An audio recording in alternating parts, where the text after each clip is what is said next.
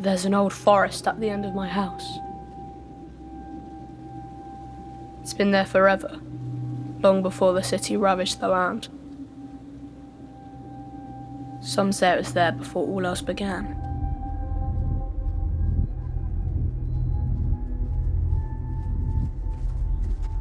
My dad took my older brother Vinny into those woods to hunt foxes with sighthounds.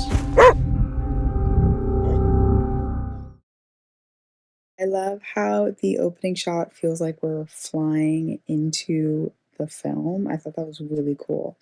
And from the beginning, I love the narrating with the visuals. I think this works very, very well with the aesthetic you were going for. The one shot of the kid behind several different colored leaves, like the layering, the use of like foreground and whatnot. I think that looked really cool. I think using nature to your advantage was a really great style choice. I also think the shot of him underneath the statue with the broken head to kind of like semi symbolize how he probably feels inside. I thought that was really, really cool. I think the VFX makeup on the guy's face was so cool. I think it worked out very, very well. And I think like it was just very fascinating to look at. It was very interesting. This like kind of like monster-ish type thing that was going on. I thought that was so cool. But yeah, this kid is going through it. So crazy. I think it's very interesting having him be the narrator, you know. I think it's especially nice because, you know, we're in his perspective and we're kind of seeing how he interprets what's going on around him, like in regards to his dad and his brother and whatnot. So I think that was really, really cool. Incredibly moody and really such a strongly written script, directed and performed. The voiceover from our young performer there is just fantastic.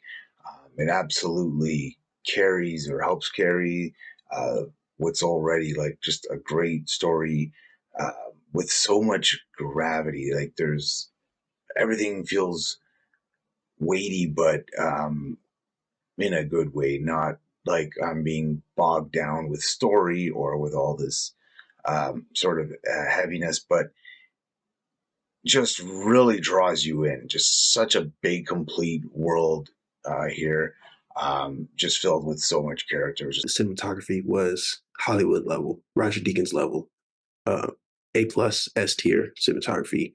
I like the bokeh, out of focus, wide lenses.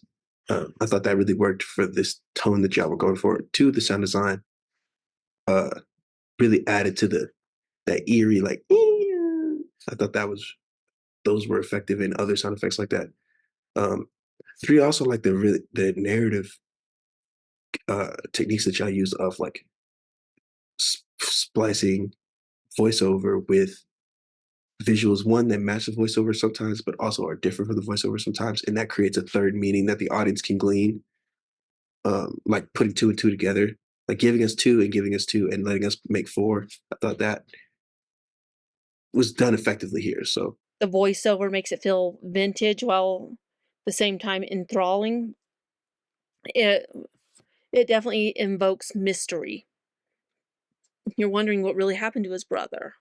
He puts a little bit of clues, but they sound like clues that a child would have overheard adults speaking about. It's just very little things, and then things where he feels like he's living a hard life. I loved that this had very little dialogue. It was all voiceover. It made it that much more mysterious and forced you to listen and pay attention because there were little clues within the visual that said what happened to his brother, and at the end he sees him, but there's also things that you might miss if you're not paying attention.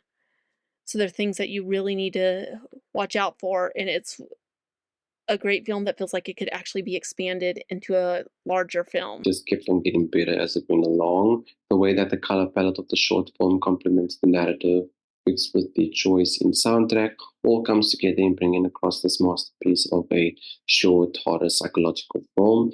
The acting was brilliant, the overall score and the quality of the film felt like a feature Hollywood film. and the story in general was really fascinating. What set it apart for me was the atmosphere throughout most of it, which was perfect for the film. The lighting was so gloomy, always dim and gray. I love the narration performance, so sad and thoughtful, great at storytelling, and the narrative was well written. There's a real sense of dread about the forest. Awesome forest creatures throughout, too. Both the young boy and father were great on-screen actors, very tense expressions. The creepy soundtrack was really suitable for the film. I enjoyed the mysterious ending, too.